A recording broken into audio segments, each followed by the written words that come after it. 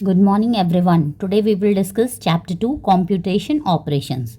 So first of all हम ये वाली वीडियो में 1 to 10 क्वेश्चंस डिस्कस करेंगे और रिमेनिंग हम नेक्स्ट वीडियोस में. ओके.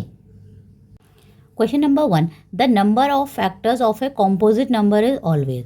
तो ये कह रहा है कि कॉम्पोजिट नंबर के फैक्टर्स हमेशा कितने होंगे, 0, 1, 2 और मोर देन 2. तो कॉम्पोजिट नंबर के फैक्टर्स कितने होंगे, हमेशा ही मोर देन 2 होंगे. क्यों होंगे मोर देन 2? तो देखिए कॉम्पोजिट नंबर क्या होता है. कॉम्पोजिट नंबर वो होता है जो कि 1 से डिवाइड हो और अपने आप से डिवाइड हो और एक किसी अदर नंबर से डिवाइड हो, वो होता है कॉम्पोजिट नंबर. तो देखिए सबसे छोटा कॉम्पोजिट नंबर क्या होगा, सबसे छोटा कॉम्पोजिट नंबर होगा आपका 4. क्या होगा, 4 सबसे छोटा कॉम्पोजिट नंबर होगा. तो 4 किस किस से डिवाइड होगा, एक तो 1 से डिवाइड हो जाएगा, ठीक है, एक 4 से डिवाइड हो जाएगा और एक किससे होगा, 2 से. ठीक है, तो हमेशा कॉम्पोजिट जो नंबर हैं वो कम से कम उसके वो 3 नंबर से डिवाइड होना चाहिए. ओके, तो इसलिए आया more than 2. Next question number 2. The least common multiple of 12 and 48. तो least common multiple means LCM. तो 12 एंड 48 का LCM कितना होता है हमें ये बताना है. ठीक है, तो देखिए इसमें हम 12 एंड 48 का हम LCM निकालेंगे. ठीक है, 12 एंड 48. तो सबसे पहले किससे डिवाइड होंगे, 2 से. तो यहाँ पे आएगा 6, यहाँ पे आएगा 24, देन फिर 2, 3 आएगा और यहाँ पे आएगा 12. फिर किससे होगा, 3 से. 3 1 ज़ा 3, 3 4 ज़ा 12. फिर होगा 2 से, 2 2 ज़ा 4, देन होगा 2 से 1. अब इन सब की मल्टीप्लाई कर देंगे, जो मल्टीप्लाई करके आंसर आएगा तो वो होगा LCM. 2 into 2 into 3 into 2 into 2 कितना हो गया, 2 2 ज़ा 4, 4 3 ज़ा 12, 12 2 ज़ा 24, 24 2 ज़ा 48. तो कितना आएगा LCM, 48. So 48 is the LCM of 12 and 48. ठीक है, अब नेक्स्ट है question number 13. The value of this and और प्लस इतना. तो इन दोनों की हमें वैल्यू बतानी है कितनी होगी. तो सबसे पहले हमें कैलकुलेट करना होगा कि ये नंबर कितना है. तो देखिए क्या लिखा है, ये लिखा है आपका MMCDXVII. तो देखिए मैंने आपको लास्ट चैप्टर में ही बताया था. तो सबसे पहले L का देखिए, ऐसे याद कीजिए, LCD. तो L का मतलब क्या होता है 50, C का मतलब 100, D का मतलब 500 और M का मतलब क्या होता है 1000. ठीक है, तो देखिए 1000. तो ये क्या हो गया, ये 1000 हो गया, ये 1000 हो गया. तो ये कितना हो गया, 2000. ठीक है, प्लस CD. तो देखिए C कितना है, C कितना होता है 100 और D होता है आपका 500. तो मैंने क्या कहा, अगर बड़े नंबर से पहले छोटा नंबर होता है तो उसको माइनस करते हैं. तो ये 100 है और ये है 500. तो 500 में से 100 माइनस होगा, कितना होगा, ये आएगा आपका 400. प्लस x का मतलब होता है 10 और इसका मतलब होता है 5 6 7. तो ये कितना हो गया, 2417.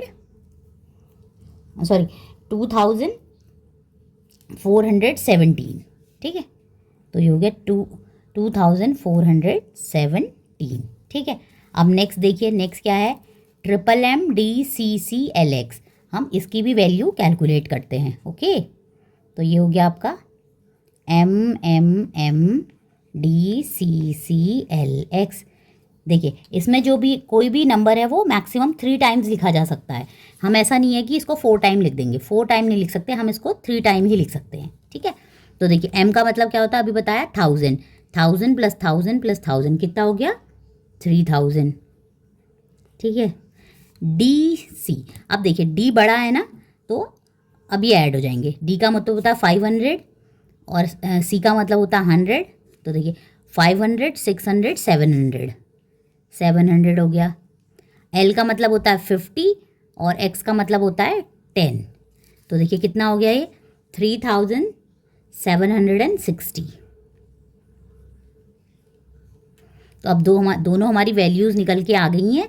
अब हम इनको क्या करेंगे, ऐड कर देंगे। ठीक है, ये है, इसमें हम क्या ऐड कर देंगे, 2417 को हम ऐड कर देंगे। तो देखिए कितना आएगा, 7 7 7 एंड 4 कितना होता है, 11 3 4 5 6 6177 is the answer. Now question number 4, the estimated difference of numbers this and this when numbers are rounded off to their nearest 1000। तो हमें इन नंबर्स का पहले नियरेस्ट टू 1000 निकालना है, फिर उनको क्या करना है, फिर उनका डिफरेंस निकालना है। ठीक है, तो देखिए सबसे पहले ये नंबर्स क्या हैं, तो देखिए सबसे पहले ये नंबर है आपका 4848 अब क्या निकालना है, मैं राउंड ऑफ नियरेस्ट टू 1000। तो देखिए इसका राउंड ऑफ नियरेस्ट टू 1000 क्या होगा, देखिए 1s 10s 100 1000 ये निकालना है। तो इसके पीछे वाली डिजिट देखेंगे, तो ये क्या है, 5 से कम है, तो ये नंबर सेम ही रहेगा। तो क्या हो जाएगा, ये 4848000। ठीक है, एक ही आ गया। अब देखिए नेक्स्ट क्या है, नेक्स्ट है 143143 तो देखिए इसका 1s 10s 100,000। तो इसमें भी ये डिजिट 5 से कम है, तो ये नंबर सेम ही रहेगा। तो ये क्या हो जाएगा, 14310000। अब हमें इन दोनों का डिफरेंस निकालना है। ठीक है, तो देखिए डिफरेंस कैसे निकलेगा, अब हम इसमें से इसको माइनस कर देंगे, 484800 और ये है 14310000। तो देखिए 0 में से 0 माइनस हुआ 0, 0 में से माइनस हुआ 0 0, 8 में से 1 माइनस हुआ 7, 4 में से 3 माइनस हुआ 1, 8 में से 4 माइनस हुआ 4, 4 में से 1 माइनस हुआ 3। So this is the estimated difference. तो अब देखते हैं ये किस में आ रखा है हमारा, 3417 000। So A is the correct answer. Now question number 5, select the correct option. हमको करेक्ट ऑप्शन को सेलेक्ट करना है। तो देखिए 46894 डिवाइडेड बाय 1 इक्वल्स 46894। तो देखिए कह रहा है कि उसको किसी भी नंबर को 1 से डिवाइड करते हैं तो वो उतना ही रहता है। So this is correct. But देखिए आंसर में उसने ऑल ऑफ दीज भी दे रखा है, तो हमें सारे चेक करने पड़ेंगे। ठीक है, तो ये तो करेक्ट है। अब नेक्स्ट देखते हैं 45035 डिवाइडेड बाय 0 इक्वल 0। तो दिस इज़ इनकरेक्ट। किसी भी नंबर को अगर 0 से डिवाइड करते हैं तो इनडेफिनिट नंबर आता है या उसको इन्फिनिटी कहते हैं। ठीक है, सो दिस इज़ रॉन्ग। या तो यहाँ पे अनडिफाइंड आएगा या इन्फिनिटी आएगा, 0 नहीं आता। ठीक है, तो ये इनकरेक्ट है। तो इसका मतलब यही ठीक होगा। बाकी इसको भी देख लेते हैं। 93464 multiply by 1 equals 93664 digit change है। So this is incorrect. So option A is correct. Okay, now question number 6 ये कह रहा है the product of 142 and 24 is added to the quotient of this gives the result as. तो ये कह रहा है कि हमें प्रोडक्ट जो भी मिलेगा 142 एंड 24 का उसमें क्या ऐड करना है हमको, इस चीज़ का, इसका कोशेंट। कोशेंट क्या होता है, जब भी किसी नंबर को डिवाइड करके जो आंसर आता है उसे कहते हैं हम कोशेंट। तो देखिए चलिए आप डिवाइड कीजिए। तो देखिए 516325 डिवाइडेड बाय 25। तो इसको आप कैलकुलेट कीजिएगा, मैं आपको ऐसे बता देती हूँ। तो इसका आंसर आएगा 20653, इसका आंसर आएगा। ठीक है, अब हमें क्या करना है, इस नंबर को, ये क्या हुआ, कोशेंट हुआ क्योंकि इसको डिवाइड करके ये मिला है, तो इस नंबर को इन दोनों के प्रोडक्ट में हमें ऐड करना है। तो अब इन दोनों का प्रोडक्ट कितना आएगा, 142 इंटू 24 होगा आपका, वो होगा 3408 आएगा। ठीक है, तो अब 3408 में ये ऐड कर देना है। ठीक है, अब देखिए करते हैं इसको add. 20653 3408. 8 plus 3 11. 6 6 4 10. 4 2 24061. So answer is D. Now question number 7. Dash should be subtracted from fourth multiple of 32 to get the fifth multiple of 15. तो ये कह रहा है कि इतना हमें सब्ट्रैक्ट करना पड़ेगा फोर्थ मल्टीपल ऑफ 32 से कि जिससे कि हमें मिलेगा फिफ्थ मल्टीपल ऑफ 15. तो पहले देखिए फोर्थ मल्टीपल ऑफ 32 कितना होगा. फोर्थ मल्टीपल कितना होगा 32 का. तो देखिए 32 की हम टेबल पढ़ेंगे 64, 96 एंड 128. तो फोर्थ मल्टीपल कितना है 128 है. अब देखिए फिफ्थ मल्टीपल ऑफ 15 कितना होगा. फिफ्थ मल्टीपल ऑफ 15 होगा 15. 15 टू ज़ा 30, देन 45, फिर 60, फिर है 75. तो क्या है 75. तो बोल रहा है हमें कितना अमाउंट सब्ट्रैक्ट करना पड़ेगा. तो इसमें से इसको सब्ट्रैक्ट कर देंगे. 128 माइनस 75. तो कितना 8 में से 5 माइनस हुआ 3 और 12 में से 7 माइनस हुआ 8 9 10 11 12 53.